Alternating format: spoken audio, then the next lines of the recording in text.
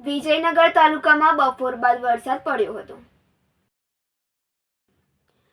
સાબરકાંઠા જિલ્લાના વિજયનગર તાલુકામાં ભારે વરસાદ પડ્યો હતો। સવારથી ઉકળાટ બફારા બાદ ધીમી ધારે વરસાદ પડ્યો હતો, જેથી લોકોએ ગરમીમાં રાહતનો અનુભવ કર્યો હતો। વિજયનગરના ભાખર, જોરાવરનગર, ઢોલડુંગર, મોદરી, અદ્રોખા, લાદીવાડા જેવા ગામોમાં વરસાદથી રસ્તાઓ અને નીચાણવાળા વિસ્તારોમાં ઉપર પાણી ભરાયા હતા અને વીજળીના કડાકા ભડાકા સાથે વરસાદી માહોલ જોવા મળ્યો હતો। લલિત ડામોર સાથે તનિષા પરમાર, સિટી ન્યૂઝ, વિજયનગર। રાધનપુર ખાતે મેઘરાજાની એન્ટ્રી થઈ હતી। હવામાન વિભાગની આગાહી અનુસાર રાધનપુર વિસ્તારની અંદર ધૂળની ડમરીઓ બાદ મેઘરાજાની એન્ટ્રી થઈ હતી। વરસાદ શરૂ થતાં બફરાટ અને ગરમીથી લોકોને હાશકારો મળ્યો હતો, તો ખેડૂતોની અંદર ચિંતાનો માહોલ જોવા મળ્યો હતો।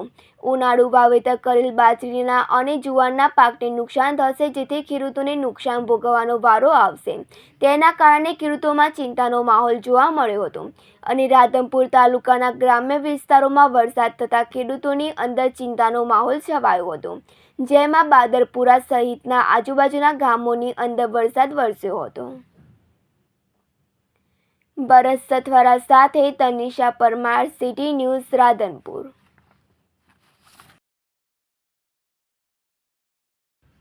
બાબરના નેસડા ગામે વીજળી પડતા 2 પશુઓના મોત નીપજ્યા હતા। બાબર તાલુકાના નેસડા ગામે વીજળી પડતા 2 પશુઓના મોત નીપજ્યા હતા। બાબર પંથકમાં ગત સાંજે ગાજવીજ, ભારે પવન સાથે વરસાદ પડ્યો હતો। ગાજવીજ થતાં બાબરના નેસડા ગામે કડાકા ભડાકા સાથે વીજળી પડી હતી અને નેસડા ગામની સીમમાં અમથાજી ઠાકોરના ખેતરમાં વીજળી પડી હતી। ખેતરમાં ઝાડ નીચે બાંધેલ ગાય અને ભેંસ પર વીજળી પડતા બંને પશુઓના મોત નીપજ્યા હતા। ગઈ રાતે વીજળી પડતા 2 પશુઓના મરણ થયેલ છે। અમને ટીમને મેં જાણ કરેલ છે, ટીમ અહીં આવેલ છે। કેટલું નુકસાન થયું છે? મારી 2 હાથ જોડીને વિનંતી છે, યોગ્ય સહાય મને મળે। કેટલું નુકસાન થયું છે આમ તમારા? 1 ગાય અને 1 ભેંસ મરેલ છે। પશુઓના મોત થતાં ખેડૂતને નુકસાન થવા પામ્યું હતું। ત્યારબાદ વેટનરી ડોક્ટર અને તલાટી દ્વારા પંચનામું કરાયું હતું। મોટી સંખ્યામાં લોકો, સગા સંબંધીઓ ઘટના સ્થળે દોડી આવ્યા હતા। ગિરીશ જોશી સાથે તનિષા પરમાર, સિટી ન્યૂઝ, બાબર।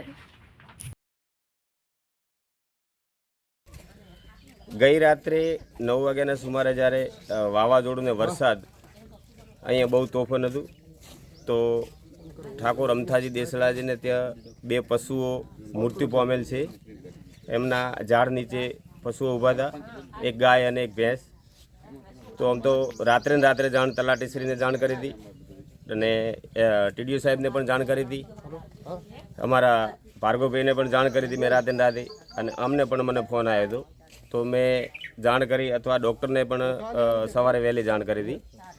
તો આપ યોગ્ય સહાય આપવા મારી એક નમ્ર વિનંતી છે કે એમના પશુ નિર્ભર ઘર અને પશુ નિર્ભર જ્યારે મરતું હોય ત્યારે પોતાને ખૂબ દુઃખ લાગતું હોય છે, પણ હું સવારે વહેલો આવી અને અમને કીધું કે મેં ડૉક્ટરને બોલાવું અને તંત્રને જાણ કરેલી છે। તો આપ શ્રી સરકારશ્રીને મારી નમ્ર વિનંતી કે યોગ્ય સહાય આપવા વિનંતી।